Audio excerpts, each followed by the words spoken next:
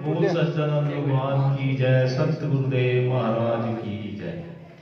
जैसे कल आचार्य जी ने परसों सुनाया था ना, भी अंत काल में जब आदमी की जैसी मति होगी वैसी ही गति होगी, वैसा ही एक भक्त त्रिलोचन जी के शब्द है, भजन है उसका।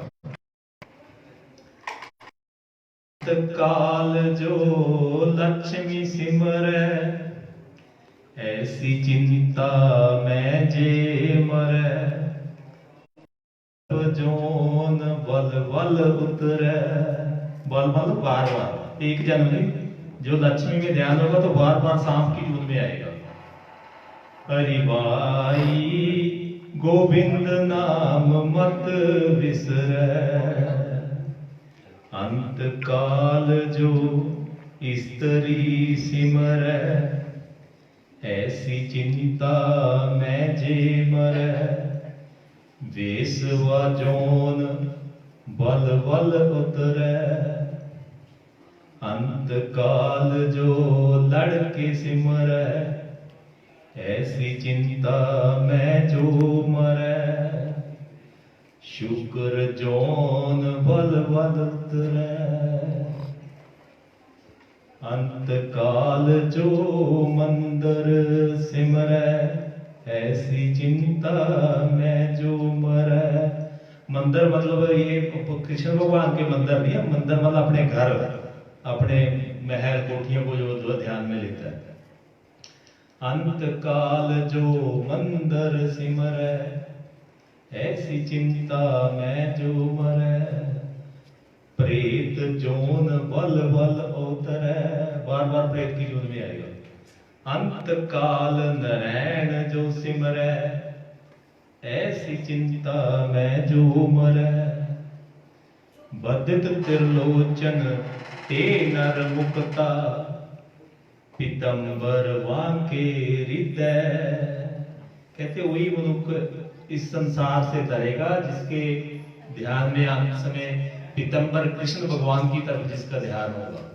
बाकी जिधर जिधर भी ध्यान होगा उसी में चक्कर खा खा के जिंदगी भर बार बार एक चंद नहीं बार बार आएगा। बोल सच्चिदानंद भगवान की जय, सतगुरुदेव महाराज की जय। बंटू किसकी बारी है? बंटू भाई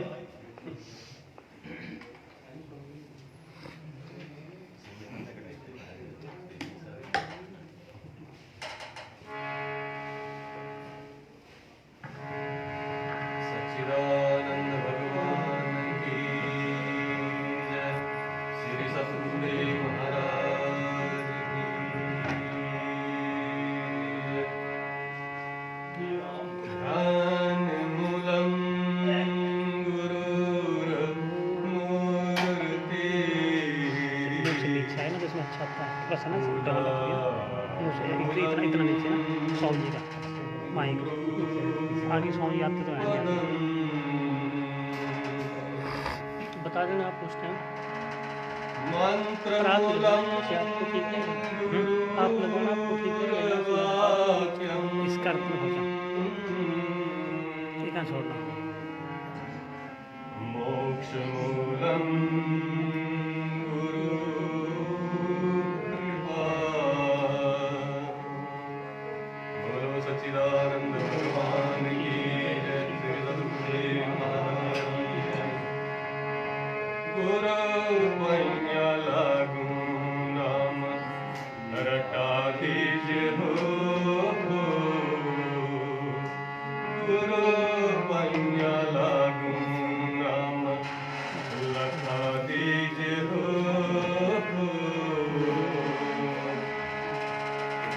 लखा दीजिए हो गुरु जी, रटा दीजिए हो। गुरु पैया लागू नाम लखा दीजिए हो। लखा दीजिए हो गुरु जी, लखा दीजिए हो। गुरु पैया लागू नाम लखा दीजिए हो।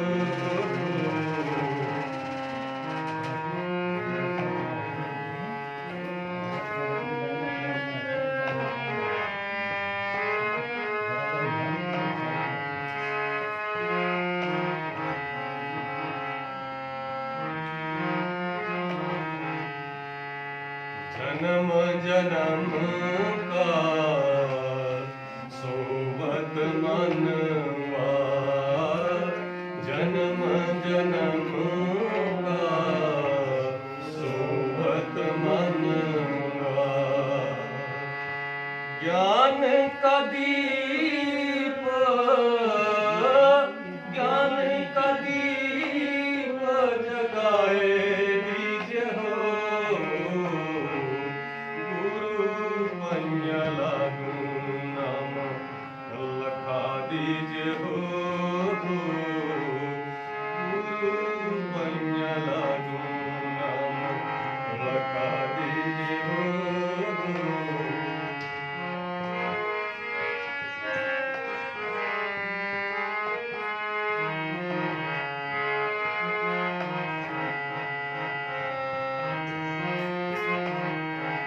घट अंधियार नैन नहीं सूझे। घट अंधियार नैन नहीं सूझे। खेल के पार लगाए दीजिए हो। गुरु पैया लागू नाम रटा दीजिए हो।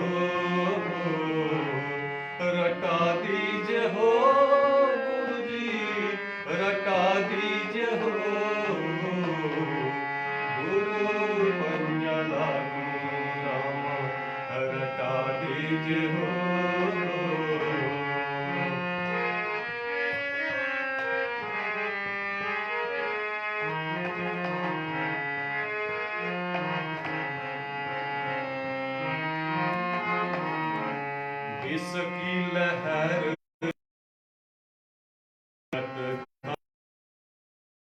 तर विष की लहर उकत तर अमृत की बूंद अमृत की बूंद चुगाए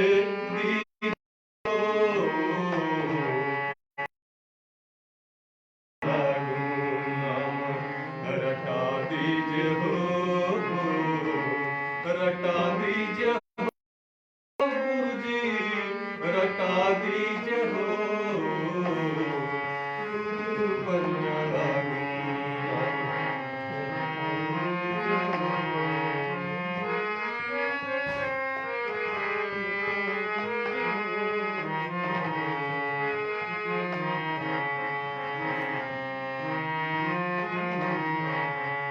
बंटू राम की अर्ज गुरु जी बंटू राम की अर्ज गुरु जी अब के पार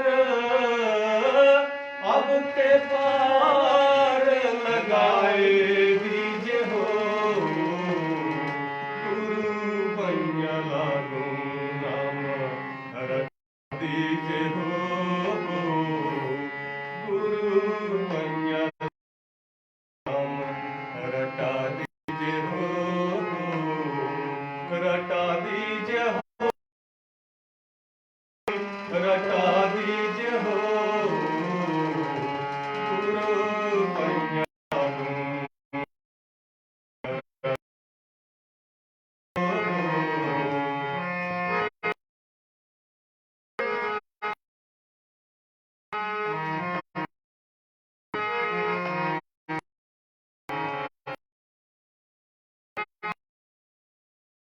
अंधियार नैन नहीं सूझे घट अंधियार नैन नहीं सूझे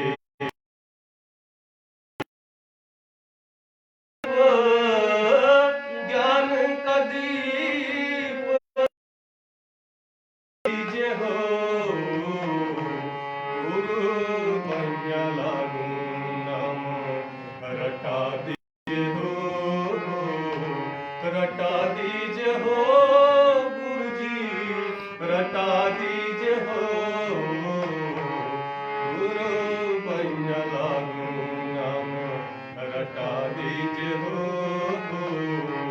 रटा दीजिए हो रटा दीजिए हो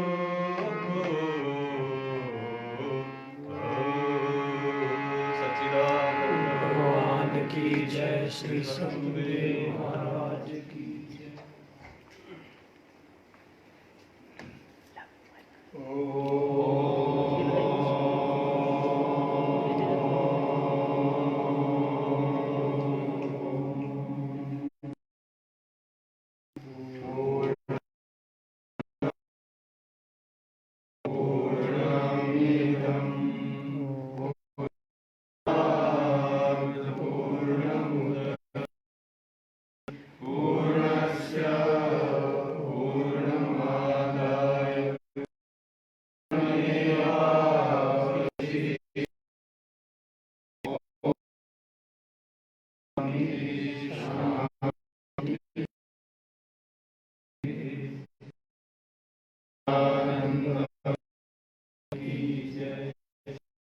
गुरुदेव महाराज की जय। गुरुर्ब्रह्मा गुरुर्विष्णु गुरुर्देवो महेश्वरः गुरुर्साक्षात्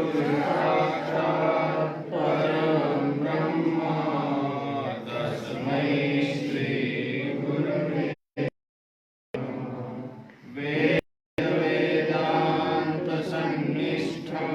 श्रोत्रियं बोधरूपिणं चिदानन्दरसास्वादं प्रकाशं परमं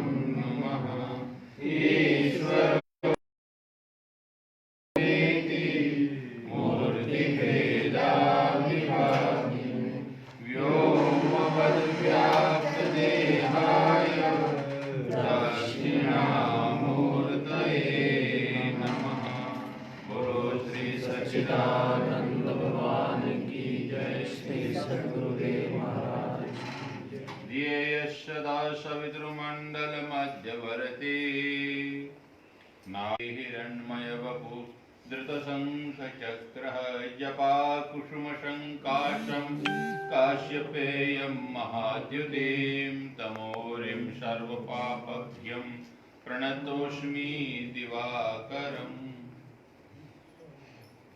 थोड़ा आगे गया इसलिए भाई, थोड़ा आगे आइए, थोड़ा फिर जगह बढ़िया बस से बैठिए।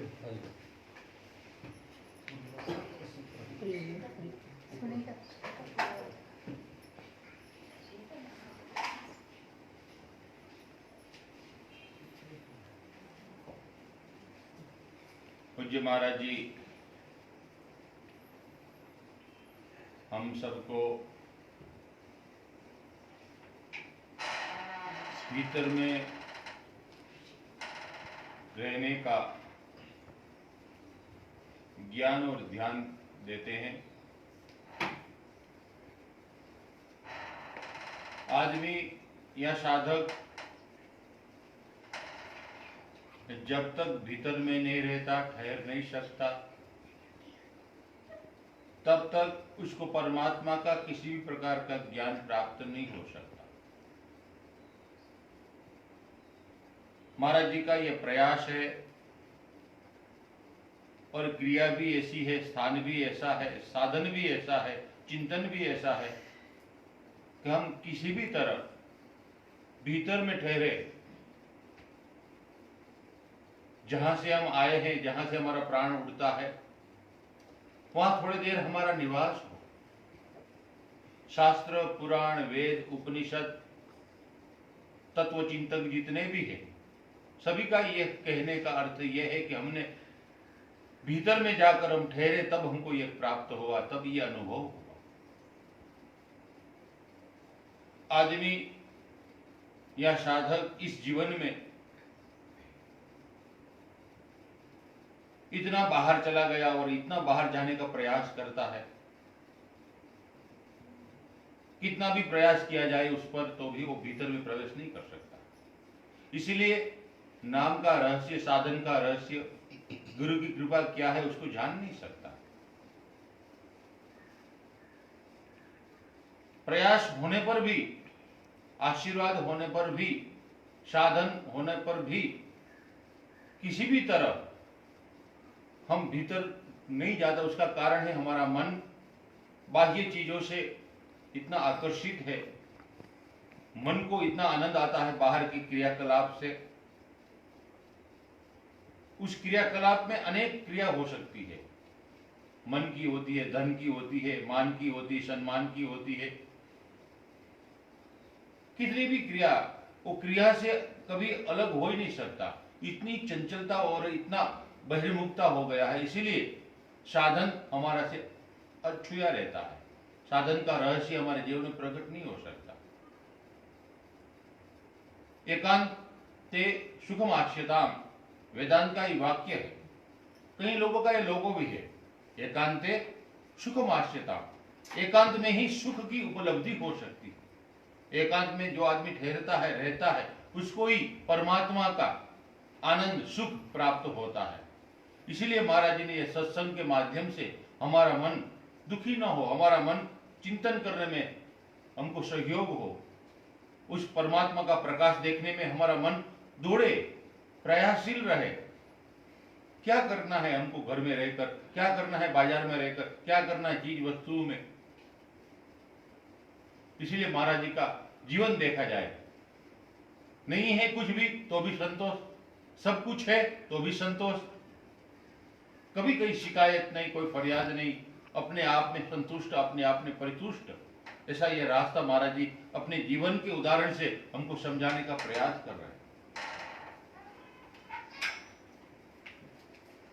हमारा परसों स्वामी जी ने सत्संग में बहुत कुछ सुनाया था। आज वापिस संडे है, संडे इस हॉलीडे कहते हैं, लेकिन हॉलीडे इसीलिए है कि हम पवित्र हो, प्रश्नोत्तरी के रूप में, समाधान के रूप में सुनकर। तो अलग अलग साधक का अलग अलग प्रश्न होता है, विचारधारा होती, कोई ग्रंथ पढ़ता है, कोई चिंतन करता है, कोई कुछ सुनता है तो उसमें से कुछ ऐसा प्रश्न आता है जिस प्रश्न के उत्तर से सबको सत्संग का लाभ प्राप्त हो।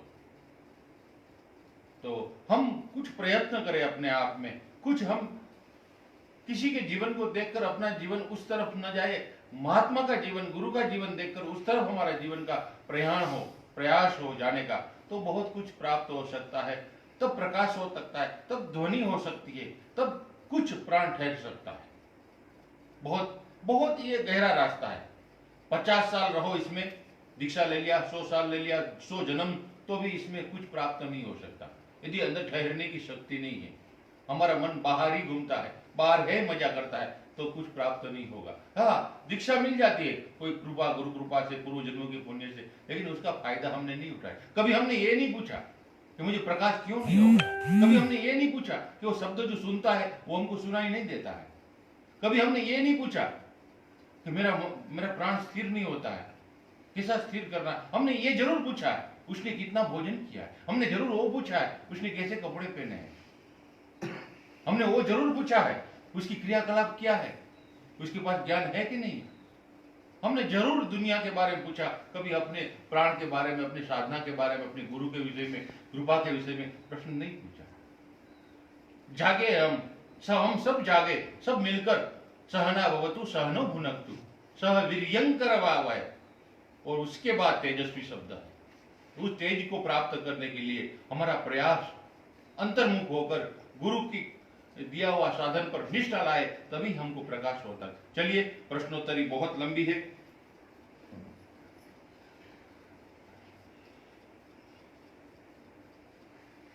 महाराज जी, जय सच्चिदानंद, प्रणाम।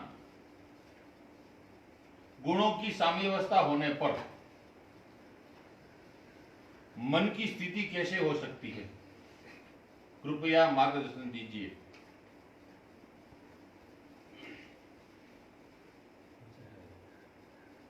गुणों की साम्य अवस्था होने पर मन या तो नहीं रहता है या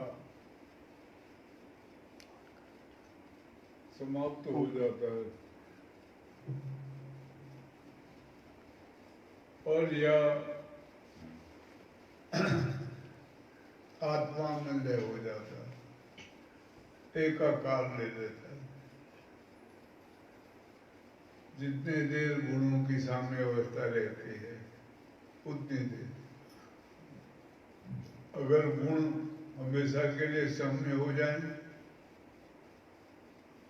तो मन उन्मन हो जाता है, मन नहीं रहता है फिर, और वो आत्मा के साथ युक्त होकर एक रूप बन जाता है। जब तक गुण कार्य करते हैं अपना अपना, तब तक मन की सत्ता बनी रहती है, और गुण हमेशा कार्य करते रहते हैं। मन हमेशा रहता है उनके सब संदेश वगैरह लेकर के अपना निर्णय उसमें देता है, कार्य चलता रहता है। ये जो लिखा होता है वेद शास्त्र शुरू करने से पहले, ओम शांति शांति शांति, बाद में समाप्त होने के बाद भी यही लिखा होता है। उसका कारण यही है, ओम जो है, ओंकार जो है, वो तीनों गुणों की साम्य अवस्था का ही प्रतीक माना जाता है। जहाँ तीनों गुण साम्य अवस्था को प्राप्त हो जाते हैं, वो अवस्था ही ओंकार की होती है। ओंकार होता है, वहाँ प्रकट होता है, जानकारी मिलती है, और ओम का मतलब ही गुणों की शांति है, तीनों गुणों की साम्य अवस्था। उसी को सगुण ब्रह्म का रूप भी माना जाता है। भगवान पातंजलि ने ओम को तस्य वाचक प्रणव, उसको कहा है जो बोला जाता है, उसको ओंकार कहा है, ओम कहा है। इनका आपस में गहरा संबंध है। गुण सक्रिय रहते हैं हमेशा। जब निष्क्रिय होते हैं तब गहरी निद्रा आ जाती है, सुसुप्ति में चले जाते हैं हम। फिर सुबह भाव्य होगा, स्वप्न दिखाएगा, मन में प्रभावित होगा तो मन से शरीर में उतरेगा तो जगा देगा। सब जगह ये कार्य कर रहे होते हैं, स्थूल रूप से शरीर में, रूप से मन में, इनका कार्य। कभी कभी स्थूल होने से सूक्ष्म रूप रहता है और मानसिक होता है अंतरिक, तो मन इधर उधर दौड़ता रहता है, भागता रहता है। अंतर में सूक्ष्म रूप में आता है तो निद्रा आ जाती है। अंतर में जब सतोगुण रूप में प्रकट होता है तो चिंतन होता है, विचार होते हैं, और सुलटे मार्ग में, दक्षिण मार्ग में आरूढ़ होता है, चलने का भी विचार करता है, सोचता है। ये शरीर में नहीं, बाहर शरीर के अंदर मन में कार्य कर रहे होते हैं।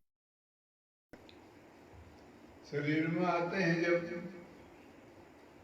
फिर क्रिया चलाते हैं, काम में लगा देते हैं, निष्क्रिय कर देते हैं, शरीर को सुला देते हैं, आलस प्रमाद में भेज देते हैं और चिंतन मनन में भी लगा देते हैं। गुणों का सब कार्य चलता है जीवन में। 3 गुण और 3 अवस्था मुख्य है। ये गुणों के साथ अवस्थाओं का संबंध है। तमोगुण के साथ जड़ता, सुसुप्ति, रजोगुण के साथ हलचल, क्रियाशीलता, स्वप्न अवस्था, कल्पना, विचार, क्रियाशीलता, रजोगुण के साथ। सतोगुण के साथ चिंतन मनन, परमार्थ विचार, स्वरूप दर्शन के भी विचार आते हैं। ये चलता है तीनों का कार्य। इसलिए भगवान कृष्ण अर्जुन को कहते हैं त्रैगुणीय विषय, निस्त्रैगुणीय अर्जुन। वेद भी जो है उनकी बातें करते हैं। ठीक है, जितना कार्य है गुणों के अंतर्गत है, इसलिए उसको जो भटकाने वाली शक्ति है संसार में, उसको गुण माया कहा है। संसार में दौड़ाती है जो हमको गुण माया कहलाती है।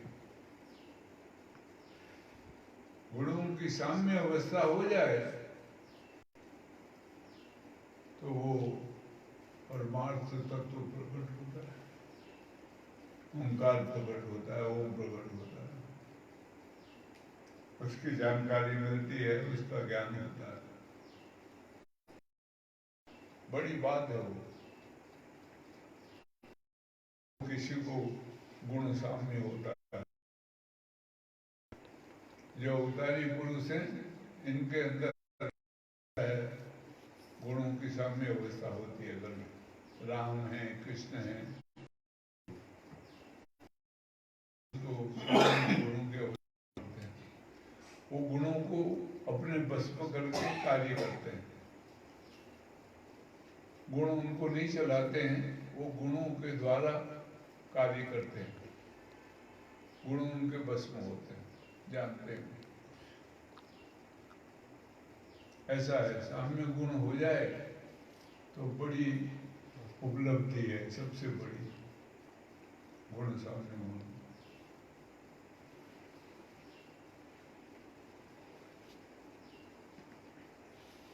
पूज्य महाराज जी, दंडवत प्रणाम।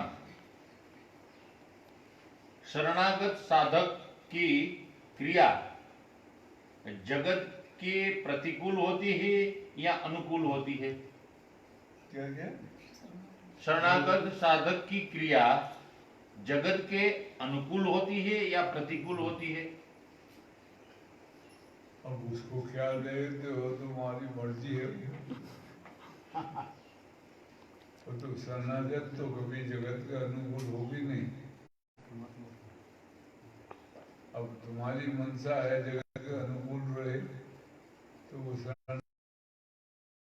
शरणागति रहती है हमारी जगत के प्रति होती है, वाह। इसलिए वो जगत के अनुकूल होती है और हम संसार में काम में लगे रहते हैं। बड़े अच्छे गृहस्थी कहलाएंगे, अच्छे लोगों में हमारी गिनती होगी, जिसको कहते हैं सभ्य लोग, संसार के लिए लोग, संसार के लिए वो संसार के अनुकूल है, हम संसार की शरणागत है। भगवान के शरणागत होंगे तो फिर संसार के अनुकूल नहीं होगा, प्रतिकूल होगा।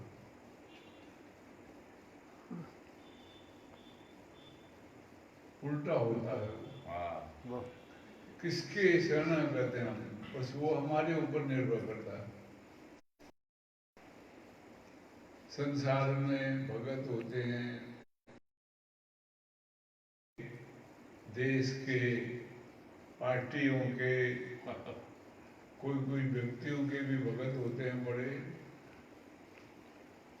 उनके शरणागत होते हैं वो लोग सब, उनकी बात मानते हैं, उनके के अनुसार चलते हैं। कभी कभार कोई भगवान भगवत कृपा हो जाए उसके अंदर, वो गुरु के आज्ञा अनुसार चलता है, वाह भाई वाह। तो उसको शरणागत कहते हैं, गुरु की शरणागत है वो। कभी कभी गुरु की आज्ञा के अनुसार चलने वाले ऐसे भी हैं, वो गुरु से भी आगे महत्व उनका बढ़ जाता है। एक लंबे ऐसे भगत थे, वो खाली देख के आए थे गुरु कैसे सिखा रहे हैं शिष्यों को बाण चलाना, बस उसने गुरु की मूर्ति बना दी एक, और उसके नीचे बैठ करके प्रैक्टिस करने लगा, और इतना निष्णात हो गया कि कुत्ता भौंक रहा है, उसके मुंह बाणों से भर गया, और कुत्ता जिंदा, मरा नहीं, लेकिन मुंह बाणों से भर दिया। तो भीम और अर्जुन जा रहे थे, भीम ने अर्जुन से कहा, सबसे अच्छा धनुर्धर कौन होता है? तो अर्जुन ने कहा, ऐसा बोलते हैं गुरुजी कि जो कुत्ते को भौंकना बंद करा दे, मुंह बंद करा दे उसका, और कुत्ता जिंदा रहे, उसको सबसे अच्छा धनुर्धर माना जाएगा। तो कुत्ता मिल गया उनको, वो मुंह बाणों से भरा हुआ, खुला हुआ, और कुत्ता चल रहा। आश्चर्य हुआ, बोला ये तो ऐसा आ गया कुत्ता।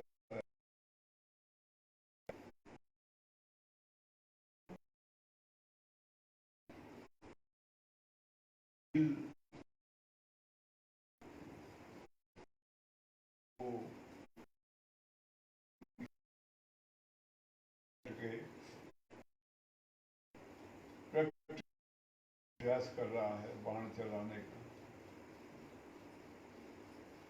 उससे ये कुत्ते का मुंह तुमने भला बोला? हाँ, पकड़ा था मेरे को देख के, तो मैंने तो मुंह बंद कर दिया। तब फिर अर्जुन गया गुरु जी को पूछने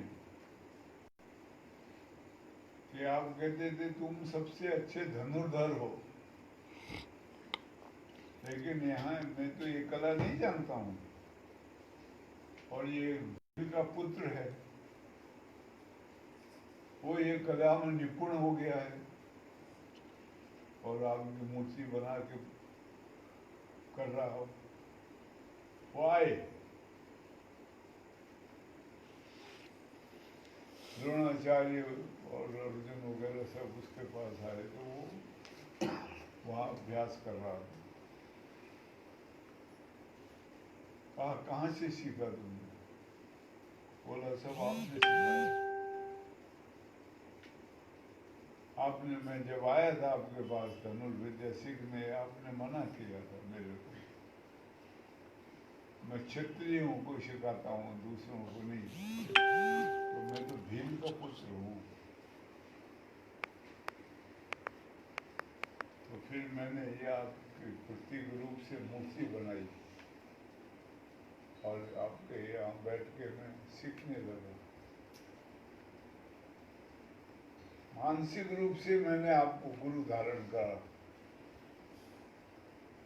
और अपने आप प्रैक्टिस करता रहा और यही भाव बनाता रहा कि ये मेरे को गुरु जी सिखा रहे।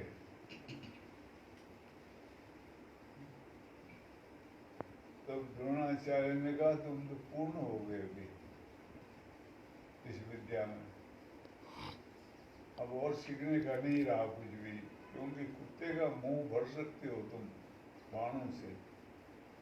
ये तो महान विद्या है, ये तो सिर्फ एक मैं ही कर सकता हूँ इस दुनिया में, दूसरे तुम पहले हो।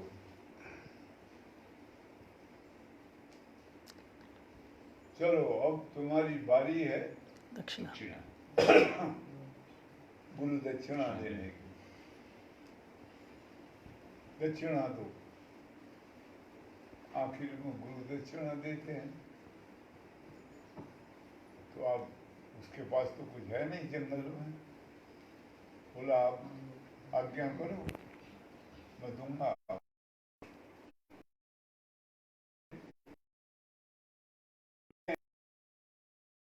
मुझे दे, क्योंकि बाण चलाने में ये अंगूठा लगाया जाता है, वहां से अंगूठे से लगा। आजकल बंदूक में तो आंख बंद कर दें, उस टाइम वो बाण के लिए अंगूठे की जरूरत पड़ती है, तभी बाण निशाने पर लगेगा। तो वो अंगूठा उसने काट करके,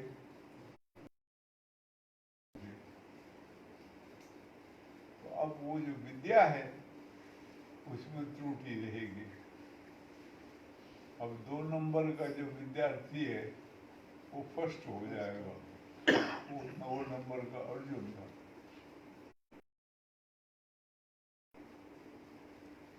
तो कभी कभी शिष्य जो है वो गुरु से आगे चला जाता है, तो उसकी महिमा हुई बड़ी एकलव्य की, और द्रोणाचार्य का उपहास हुआ।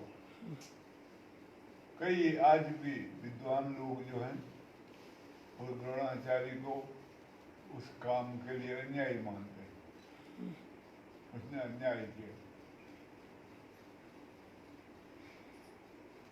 तो ऐसा संसारिक रूप में भी माना जाता है, देखा जाता है। तो हम संसार में जब तक समर्पित हैं, संसार के लिए जी रहे हैं, समर्पित होना मतलब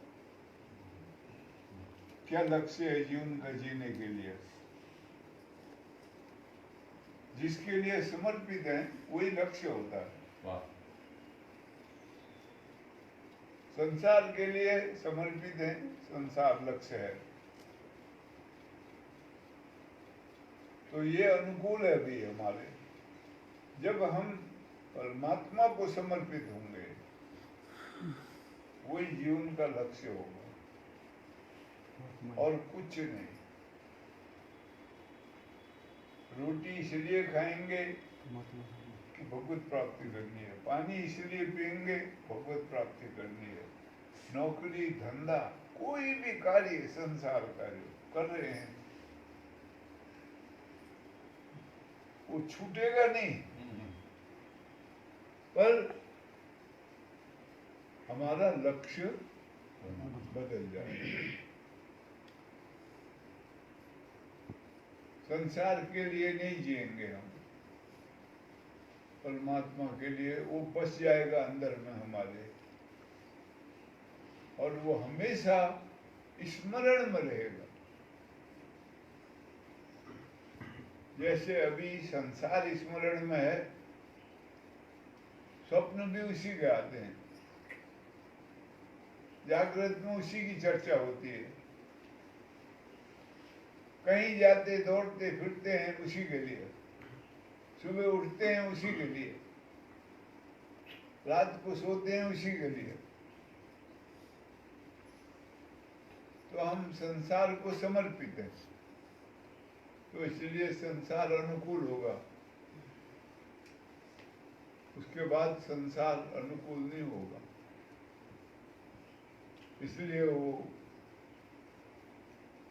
विचार सागर में आता है, अविनाशी आत्म आत्म अचर जगता जगता ते प्रतिकूल।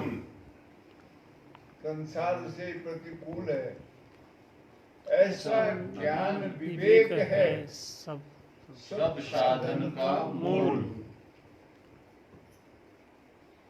अविनाशी जो आत्मा है वो जगत के प्रतिकूल प्रतिकूल है, अनुकूल नहीं है, अलग है वो। ऐसी जिसको है समझ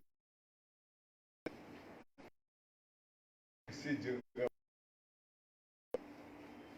और सब साधन का की प्राप्ति होती है, तो विवेक उसको प्राप्त, सब साधन का मूल।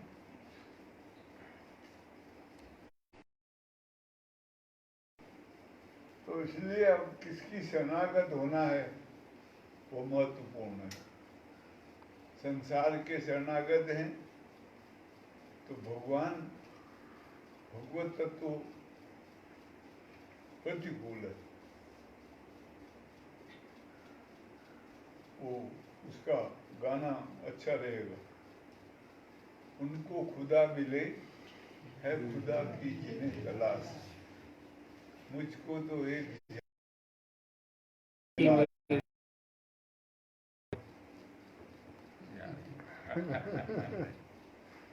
वो कहते हैं उनको मिले भगवान जिनको उसकी तलाश होगी, मेरे को उसकी जरूरत नहीं। तो ऐसा है, दोनों का कार्य उल्टा है, अलग अलग है।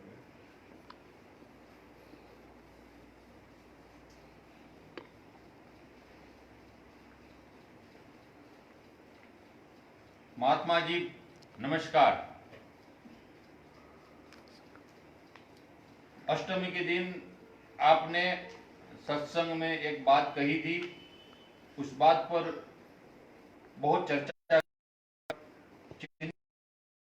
एक प्रश्न उठता है कि मेरी धारणा परिपक्व है और धारणा को परिपक्व बनाने का प्रयास भी करती हूँ, तो आराधना राधा बन जाएगा? कृपया मार्गदर्शन दीजिए। अगर ज्ञान है तो आराधना जो है तो आवाज चली ऐसा आया है भजन में, नहीं, वहां से कुछ गड़बड़ हो गई। वो राधा बन जाएगी, इसमें दो मत नहीं है।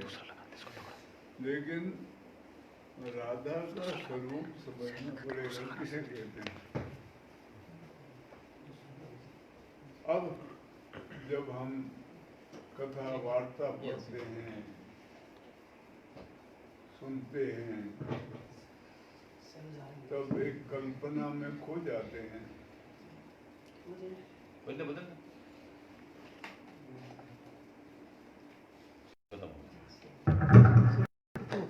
शेयर एक सौ फोन रख लो। एक स्त्री मान लेते हैं और भगवान को एक पुरुष। फोन नहीं अब यहाँ जो कल्पना है हमारी, वो बाधा आ जाती है क्या बड़ी। की कर दी तो वहाँ अगर ये भाव मन में हो कि राधा एक स्त्री हैं और भगवान एक पुरुष हैं, मैं उनके प्रति आकर्षित हो जाऊं, उनके साथ एक हो जाऊं, तो ये कल्पना मानसिकता है। ये इसका ज्ञान से कोई लेना देना नहीं, समझ से, विवेक से, प्रज्ञा से कोई लेना देना नहीं होगा। ऐसी धारणा सब मानसिक कल्पना होती है। अच्छा धारणा ये जो इसमें भगवान पातंजल के जो सिद्धांत हैं योग शास्त्र के, उसमें वो यम नियम आसन प्राणायाम प्रत्याहार, ये 5 जो सीढ़ियां हैं, 5 जो सोपान हैं, ये बहिरंग माने हैं, बाहरी। फिर छठा धारणा ध्यान समाधि, ये अंतरंग माने हैं। धारणा शुरू होती है गुरु के द्वारा मार्गदर्शन के बाद। हमको मार्गदर्शन मिले, आत्म स्वरूप का ज्ञान मिले, अपने होने का जानकारी मिले, वो धारणा में हम परिपाक हो जाएं, पूर्ण निष्ठा बन जाए हमारी उसमें पूरी, उसके अलावा और कुछ नहीं है, ऐसा हमको समझ आ जाए। उसमें कहते हैं 3 बातें मुख्य होती हैं। एक गुरु प्रतीति, गुरु की जानकारी हो। दूसरी आत्म प्रति शास्त्र प्रतीति, जो संत हुए पहले जान गए हैं, उनकी जो वाणियां हैं वो उसका साक्षी हैं, वो प्रमाण है उसकी, वो ठीक है वहां। और तीसरी है आत्म प्रतीति। प्रतीति, मेरे को उसका समझ आ जाए पूरी तरह से, तब धारणा बनती है। धारणा जब परिपक्व हो जाती है और धारणा में ही ख्याल जम जाता है, तब उसको ध्यान ध्यान कहते हैं। और वो ध्यान जब परिपक्व हो जाता है समाधि तो समाधि कहलाती है। समाधि के बाद एक तत्व प्रकट होता है अंदर से, उसको प्रज्ञा कहते हैं। ऋतुम्बरा नाम दिया है उन्होंने, भगवान पतंजल ने। ऋतुम्बरा का मतलब शाश्वत, एक रूप रहती है, उसमें डोलना नहीं होता है, पक्का होता है, वो पूर्ण निष्ठा भी कह सकते हो। उसके बाद राधा और कृष्ण का मेल हो सकता है।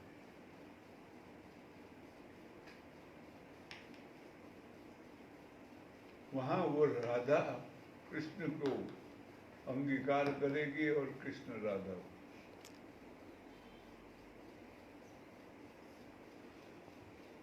ऐसी मान्यता है,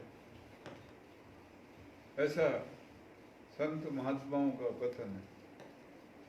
उससे पहले नहीं, प्रज्ञा का उन्मेष होना जरूरी है। प्रज्ञा ही सब कुछ है।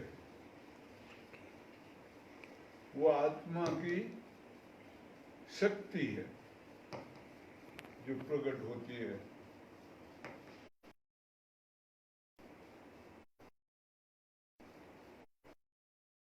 प्रकट होती है वो धीमे धीमे। जैसे संसार में हम धन का स्मरण करते हैं तो धन के लिए कार्य करते हैं, हमेशा उसका स्मरण होता है अंदर से, सूक्ष्म रूप से। ऐसे बोलने की जरूरत नहीं होती, लेकिन ख्याल में धन रहता है हमारे।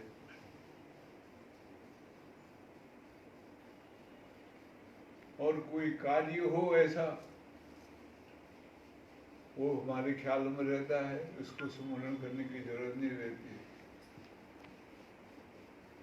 ऐसे ही आत्म भाव हमारे ख्याल में रह जाए तो ख्याल का नाम ही सुरता है। वो ख्याल में रहे हमेशा ही, उसका विस्मरण न हो कभी भी। वाह भाई। तब वो अवस्था प्रज्ञा को जागरूक करती है, जगाती है। वो एक बार प्रज्ञा उत्पन्न हो जाए, जाग जाए, रहस्य सारे प्रकट हो जाएंगे। जो भी सूक्ष्म से सूक्ष्म रहस्य है सारे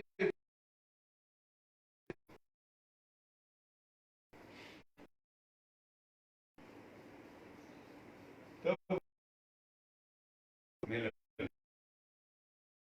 वाह। कृष्ण प्रकट होंगे, राधा भी एहलाद साथ आए। ये थोड़ी समझदारी में उतरना जरूरी है, तभी है। ये बहुत स्थूल नहीं है। ये भजन गाने की बात अलग होती है, गाया जाता है, इसलिए आखिरी कड़ी समझने की जैसी होती है। राधा भक्ति श्याम मिलावे, मिलावे, आराधन राधा बन जावे, राधा बनी जाए। इनकी शरण हो ज्ञान साधे, उनकी शरण हो करके ज्ञान की साधना होती है, शरण की साधना होती है। वल्लभ संप्रदाय में वो दीक्षा देते हैं तो एक मंत्र देते हैं, मैं भी देता हूँ। श्री कृष्ण शरणम मम। वो कृष्ण के मानने वाले थे, बहुत कृष्ण को प्रकट किया था उन्होंने। वहाँ नाथ द्वारा नाथद्वारे गए थे, पीछे गए थे। वहाँ उनकी बैठक है, बड़े वो हैं। तो वो शुरू में किसी को भी देते हैं, बड़ा वो देते हैं, उसके लिए वो एक मर्यादी कहते हैं उसको, मर्यादी। हाँ। नाम तो मर्यादी है वो, मर्यादी बनाते हैं। अपभ्रंश हो गया। हाँ, मजाक बनाते हैं तो वो हो भी गया मजाक। उसमें वो किसी को हाथ का खाना नहीं, कहीं बाहर खाना नहीं, अपने हाथ की बनाई रसोई खाना, अपने किसी को छूना नहीं, दूसरे को, छोटी जात को, ऐसे ऐसे बहुत से नियम बद्ध हैं उनके। नहाना 2 टाइम, खाने से पहले जरूर ही नहाना है, आदि आदि बहुत से नियम बनाए हैं। और फिर वो मंत्र का जाप करना है। उस मंत्र को बहुत बड़ा मंत्र मानते हैं। और कृष्ण के मंदिर में जाना होता है, उसमें 8 बार उसके दर्शन होते हैं।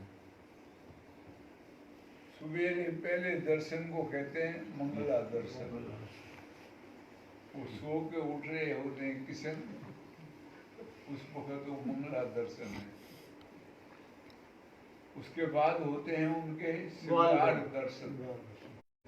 दर्शन उनको सजाते हैं, श्रृंगार विंगार लगाते हैं, वो दूसरे दर्शन है। तीसरा दर्शन होता है उनका राजभोग दर्शन। वो भोजन करते हैं, उस वक्त उनका राजभोग दर्शन होता है। ऐसे ऐसे शाम तक सोने तक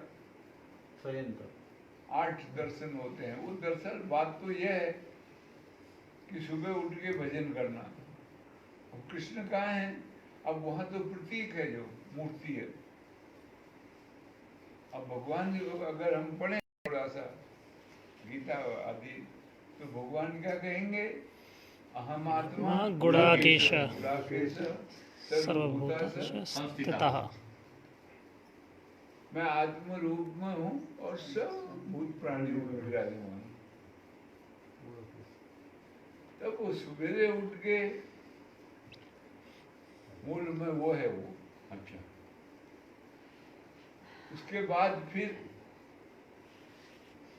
अगर हम कपड़े सपड़े पहने, नहा धोकर तैयार हुए, उससे पहले भजन करें।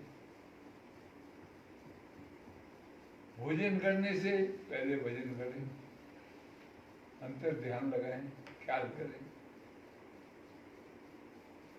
दिन के 8 पहर होते हैं, वो 8 पहर में हर एक पहर में उसको याद करना, स्मरण करना, ये है असल में वो।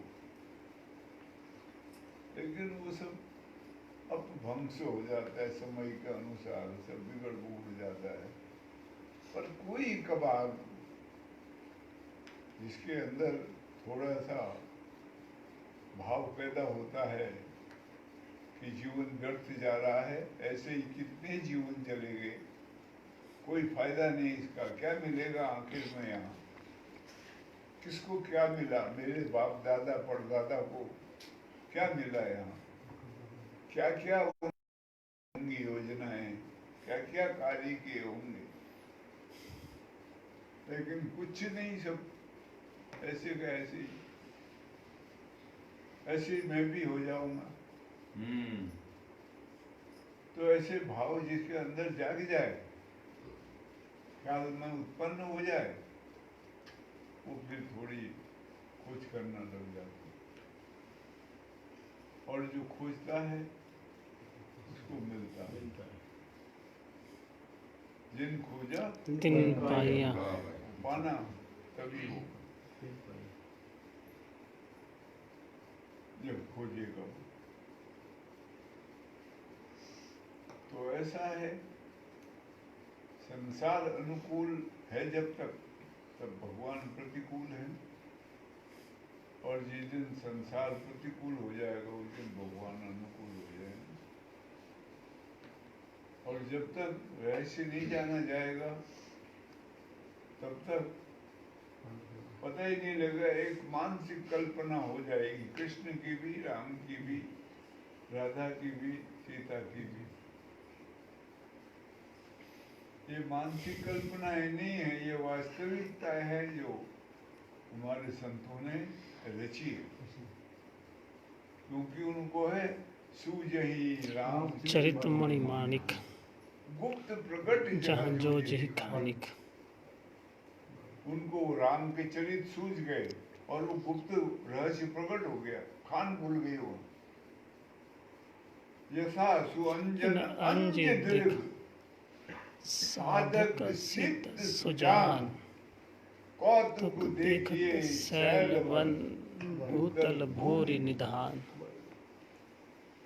कहते हैं जैसे अंधे के आंखों में अंजन अंजन लगा लगा दिया दिया। जाए, उसमें वो लगा दिया, सुरमा लगा दे, उसकी आंखें खुल जाए, अंधापना दूर हो जाए।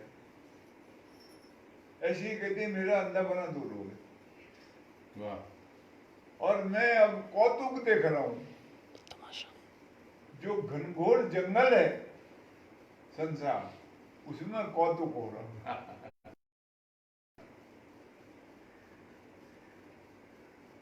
कौतुक देखिए शैल वन भूतल भूतल भूरि भूरि। निधान। ये संसार रूपी में वो सब कौतुक हो रहा है। वाह भाई क्योंकि वो राम के चरित्र सूझ गए, प्रकट हो गए। इसलिए इसके लिए तो कमर कस के चलना पड़ता है, जीवन को एक दिशा देकर उधर ही उसी के लिए जीना पड़ता है।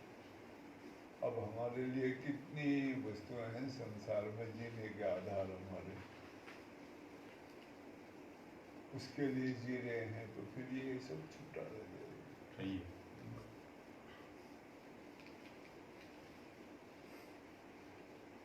वाह भाई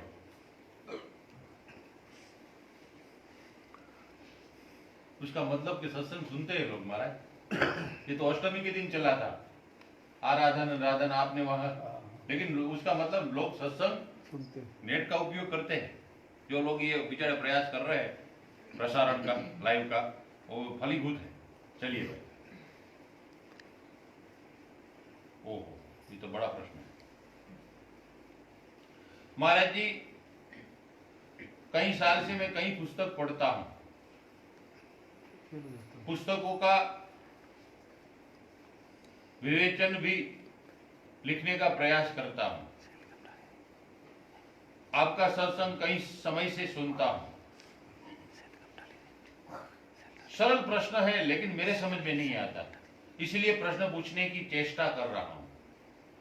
अव्यक्त तत्व व्यक्त होता है,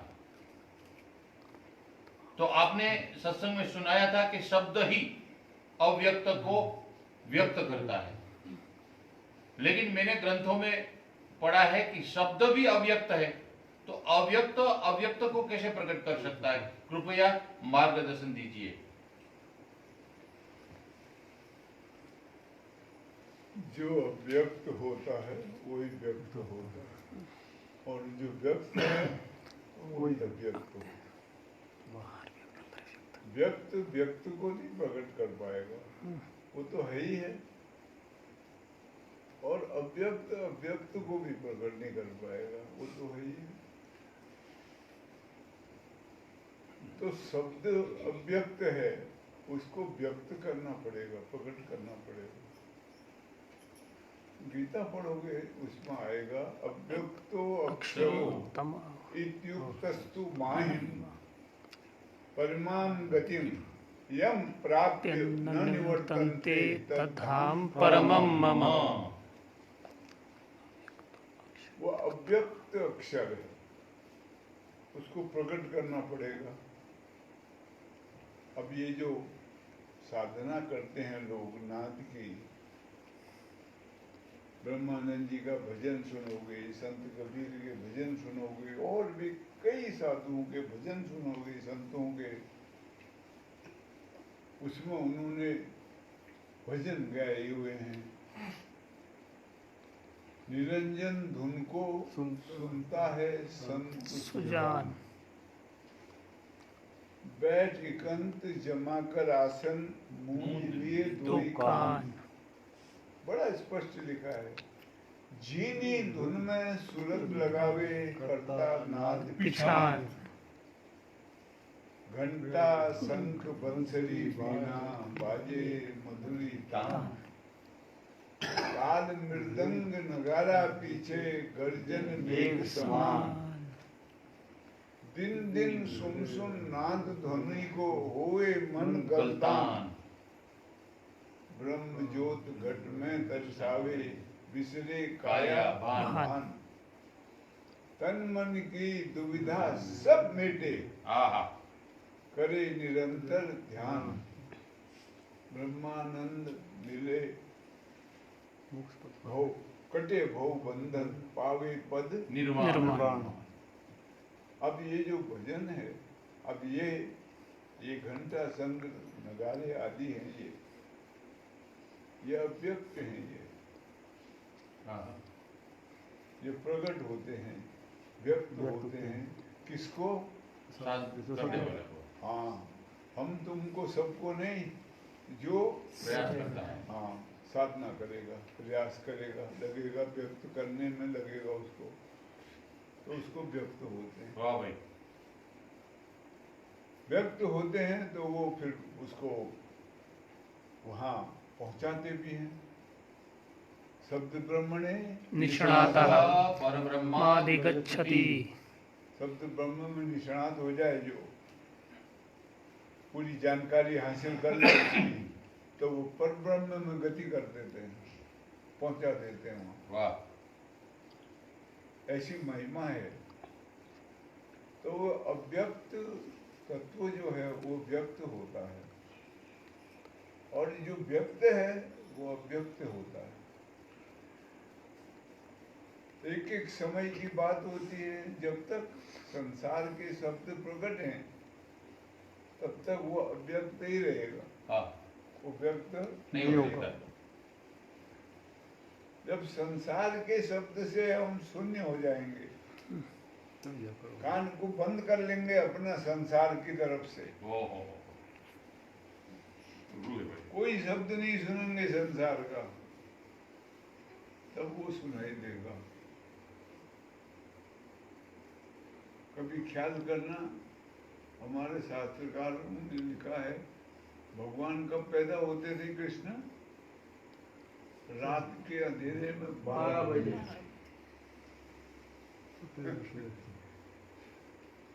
क्यों अंधेरे में? काल कोठरी में। उस दिन बताया था। लॉकडाउन में। लॉकडाउन में ऐसे उनके बारे में समझाया है। तो ये इसका कारण ही यही है सब। वो जो व्यक्त है वो व्यक्त होगा। अज्ञान से जब ज्ञान प्रकट होता है तो वो ऐसे ही प्रकट होता है। वाह। इसलिए बहुत से फिलोसफर जो हैं, बहुत से दार्शनिक जो हैं, वो ये मानते हैं ज्ञान अज्ञान ही अनादि है। ये ठीक बात लगती है मेरे को, कभी कभी मैं विचार करता हूँ तो मेरे को समझ में आता है। अष्टमी बोला था, आप बोले थे। अज्ञान अनादि है, ज्ञान प्रकट होता है। वाह। लेकिन ज्ञान है, इसलिए उसको भी अज्ञान माना जाता है। वाह भाई। अनादि माना अनादि। जाता है। क्योंकि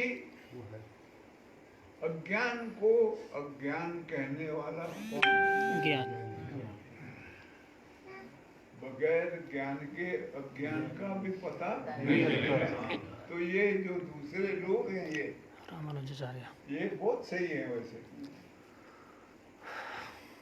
अज्ञान का जब पता है तो उसको ज्ञान तो है, मात्रा कम है।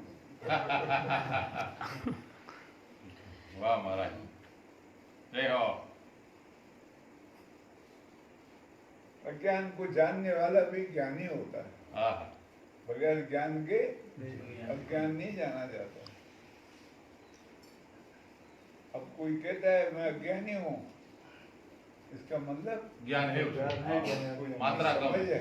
मात्रा कम है। हाँ, एक बच्चा होता है छोटा, वो कहता है मैं तो बच्चा हूँ, तो वो बच्चा नहीं रहा। जिसको ऐसा पता लग जाए मैं बच्चा हूँ, वो बड़ा सियाना हो गया।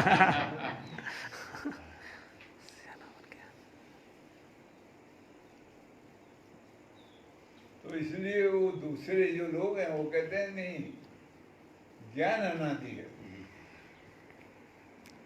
वो ठीक बात कहते हैं। वो भी कभी चिंतन करने में लगता है ऐसा।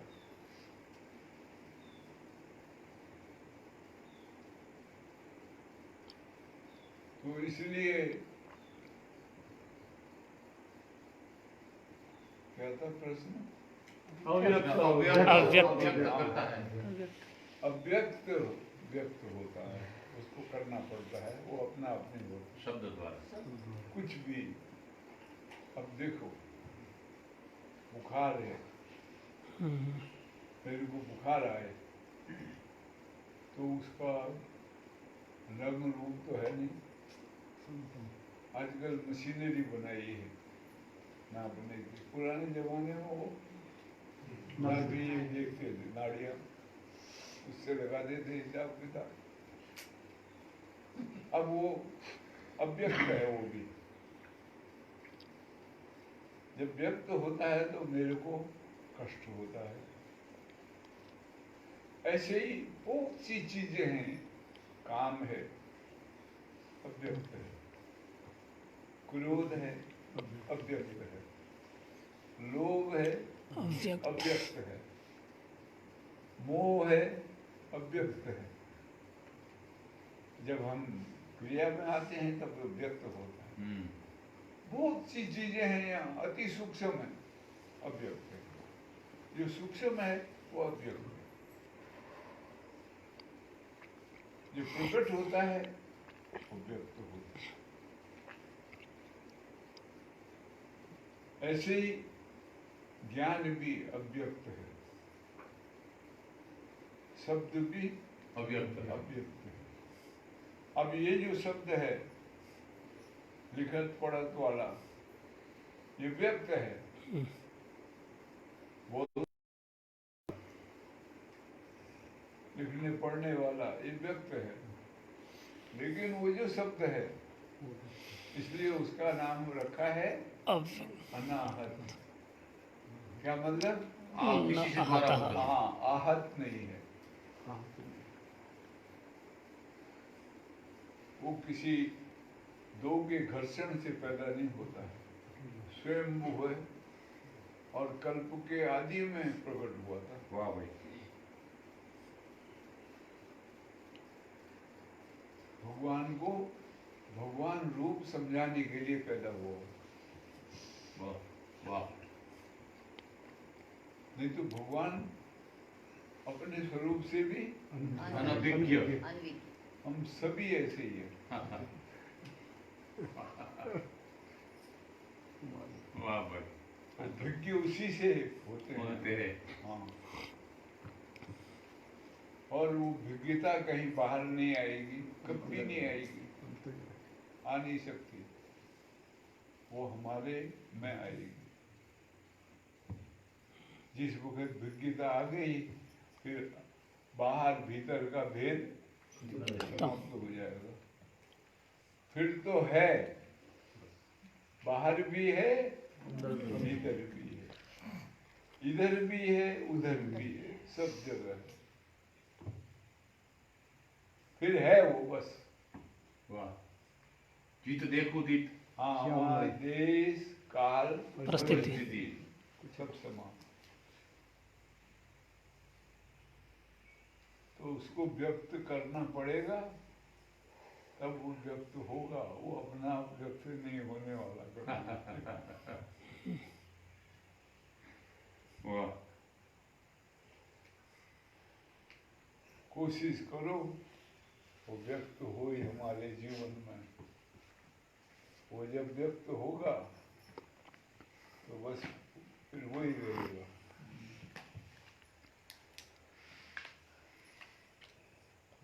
नहीं, प्रश्न तो है लेकिन हम गुरुवार को लेंगे। चलो, हाँ, आज इतना काफी है। और कल अभी चलेगा 1-2 दिन वो मृत्यु के विषय में। अब वो मृत्यु का रहस्य प्रकट करेंगे। तो जिसको अपनी मृत्यु से अपमृत्यु से बचना है वो तो मृत्यु के बारे में जरूर सुने, तो बहुत फायदा होगा उसको। बोलो सच्चिदानंद भगवान।